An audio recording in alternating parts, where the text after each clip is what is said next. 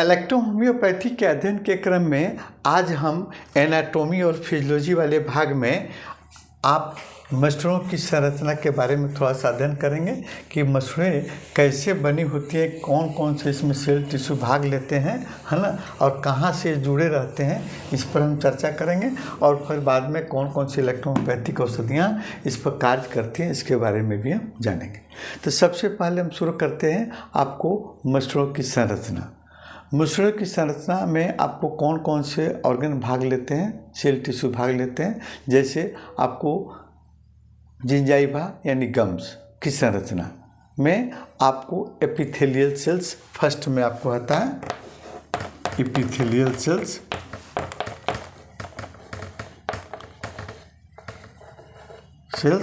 दूसरे नंबर में आपको इसकी संरचना में भाग लेता है आपको कनेक्टिव टिश्यू और फाइबर, है ना, कनेक्टिव टिश्यू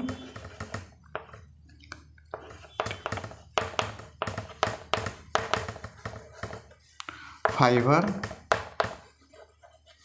तीसरे नंबर में आपको ब्लड वेसल्स और नर्व, है ना,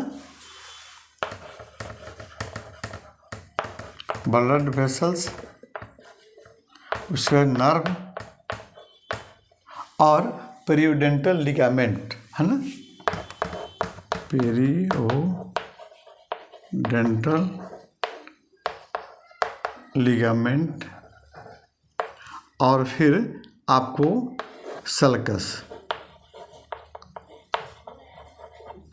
ये आपको सभी मिलकर आपको हमारे मसूड़ों की संरचना करते हैं। जहाँ आप देखिए फिगर में बनाए हैं, ये आपको एपिथेलियल सेल्स है ना, और ये आपको सल्कस है। तो अभी हम एक एक करके देख लेते हैं। पहले आपको एपिथेलियल सेल्स, ये गम का यानी हमारे मसूड़ों का बाहरी लेयर होता है, जो मसूड़े की सबसे बाहरी लेयर होता है एपिथेलियल सेल्स है, जो हमारे मसूड़ों को बाहरी संक्रमण और क्षति होने से आपको सुरक्षा प्रदान करती है, एपिथेलियल सेल्स। और दूसरे नंबर में आपको होता है आपको कनेक्टिव टिश्यू और फाइबर।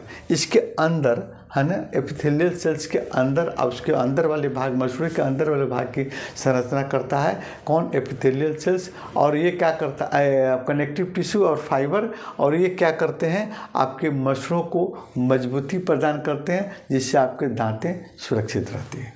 और पेरियोडेंटल लिगामेंट, देखिए यहाँ पर हम एक दांत की संरचना बनाए हैं, है ना, ये आपको निचले जबड़े से पेरियोडेंटल लिगामेंट से जुड़ा रहता है ना, और फिर ऊपरी जबड़े से ये दांतें की जड़ें जो हैं आपको पेरियोडेंटल आपको लिगामेंट से जुड़ी रहती है। और ये क्या करती है, हमारी मसूड़ों को सुरक्षा प्रदान करती है, दांतों को स्थिरता देती है और दांतों को झटके से बचाती है। ये आपको पेरियोडेंटल लिगामेंट और दांतों को मजबूती प्रदान करती है।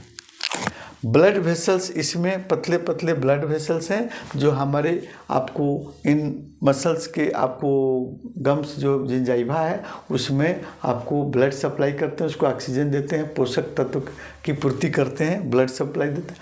और यही जो है, यही आपको नर्व होते हैं जो आपके गम्स, आपके मसूड़े की क्रिया को नियंत्रित करते हैं। ये नर्व, है ना, आपको मसूड़ों की क्रिया कौन नियंत्रित करते हैं, आपके नर्व। और फिर आपको एक आपको होता है सल्कस, जो आपको दांतों के बीच में देखिएगा कुछ गैपिंग है और मसूड़े यहाँ आपको जुड़े हुए हैं, यहाँ मसूड़े जुड़े हुए हैं और बीच में गैपिंग होता है, इसको हम आपको सल्कस कहते हैं, है ना। इसमें आपको कभी कभी बैक्टीरिया, वायरस और इसमें जम जाते हैं, है ना, और ये आपको कभी जिंजाइविटिस रोग होने का कारण बनते हैं, ये सल्कस। ये मुख्यतः आपका हमारे मसूड़ों का गम का संरचना हुई। अब इसमें हम देखते हैं एक आपको इन मसूड़ों पर कौन कौन सी इलेक्ट्रोहोम्योपैथिक औषधियाँ कार्य करती हैं। इसके पहले वाले वीडियो में भी हमने बताया था कि एस ग्रुप से आपका S1, S5, S3 और S10, और सी ग्रुप से C1 आपको C3, C5, C4, है ना, आपको L1 से L ग्रुप से L1 और A ग्रुप से A2 और A3, है ना, और फिर अन्य औषधियों में आपको इलेक्ट्रिसिटी में आपको WGY है ना, ये ज़्यादा आपको सूटेबल होते हैं और आपको मसूड़ा से संबंधित संरचना में इनके रोगों में आपको लाभ करते हैं, है ना। एक होता है पेरियोडेंटल डिजीज। तो पेरियोडेंटल डिजीज क्या होता है?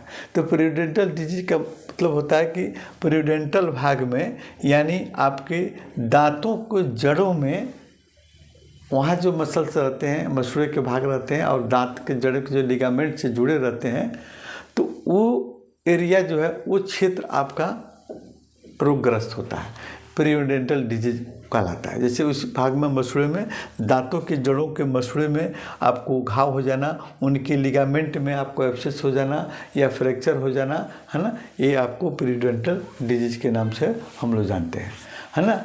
और इसमें आपको कितने प्रकार के रोग होते हैं इन मसूड़ों में, आगे के वीडियो में, आगे के चैप्टर में हम इसका अध्ययन करेंगे। कौन कौन से आपको मसूड़ों के रोग होते हैं, उसके क्या नाम होते हैं, और फिर कौन कौन से इलेक्ट्रोहोम्योपैथिक औषधियों से उनको हम सुरक्षित रख सकते हैं, है ना, या उसको ठीक कर सकते हैं उनके रोगों को, है ना। और रोग के बारे में विस्तृत चर्चा हम अगले वीडियो में करेंगे।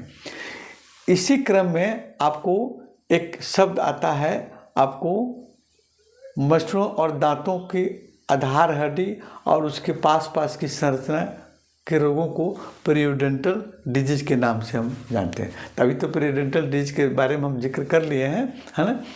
और पेरियोडेंटल एक लैटिन शब्द है ना, और जिसका अर्थ होता है आपको पेरी मीन्स होता है आसपास, और ओडोंट मीन्स होता है दांत, यानी दांतों के आसपास की हड्डियां, और मसूड़े की डिजीज को पेरियोडेंटल डिजीज के नाम से हम लोग जानते हैं।